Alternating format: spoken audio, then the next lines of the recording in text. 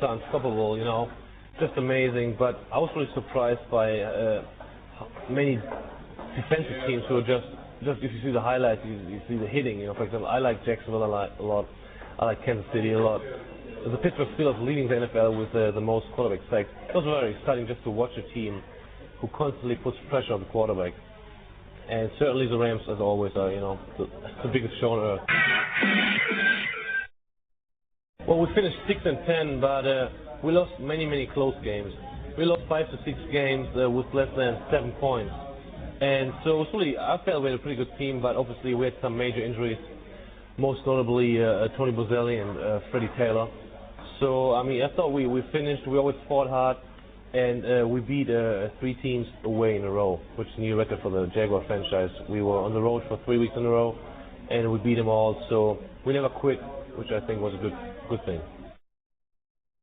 I got activated to the active roster, which made me the first German citizen to be on an NFL roster, which, you know, excited me, obviously. I was just surprised how disciplined everybody is, you know, everybody's on the same page, and everything's really well organized, and everybody wants to win.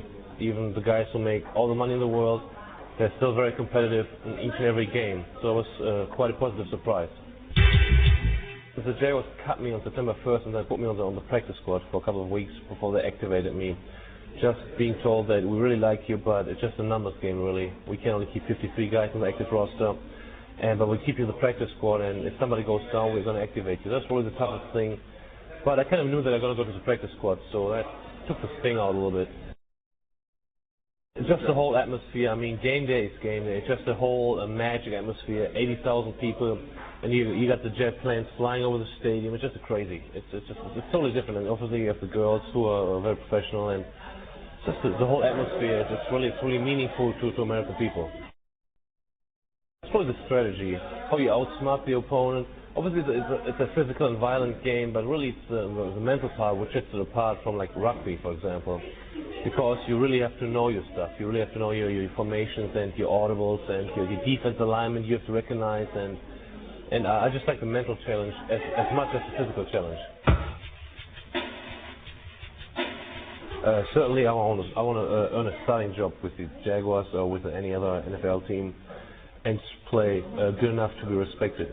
So I move away from, he's a funny guy from Germany, you know, he's the first German guy, yeah, that's great, but I'll get some respect in terms of my playing, not necessarily for the fact that I'm just a German guy. It's not a 40-hour week, it is just every day, and it doesn't stop at the office, because the good pros, they go home and watch more and more tape. You find the Tony Bosellis and the Mark Brunells early in the morning. They get treatment to make sure that their body is right, and they stay longer to watch tape. So they're really outstanding individuals. It's amazing how much goes into one football season with only 16 games. In season, easily 20 hours maybe. Off season, a little bit more maybe, because every day you have a chance to really run and do conditioning and do weight training too. So it's probably like, I would say on average over a year, probably 20 hours a week on just physical improvement. I don't know, probably 30 minutes. Football's not really an endurance game, it's more short bursts of controlled violence, 20-second break, and then you have another short burst. So our practice obviously is just, I'd rather do, let's say, 100 10-yard sprints than run 1,000 yards, because it's more important for me to be explosive on the first 10 yards.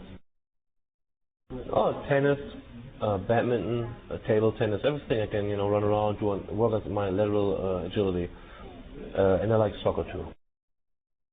It's probably that winning attitude, because sometimes in Germany it's like, if there's a risk involved, I don't really know if I want to take it, I'd rather have the life insurance, everything is safe, I'd rather stay with my same job for the next 50 years, and with the Americans, they take a risk, and it's kind of, it's a little more of a risk-taking society. If you don't like your job, quit it and just start your own enterprise.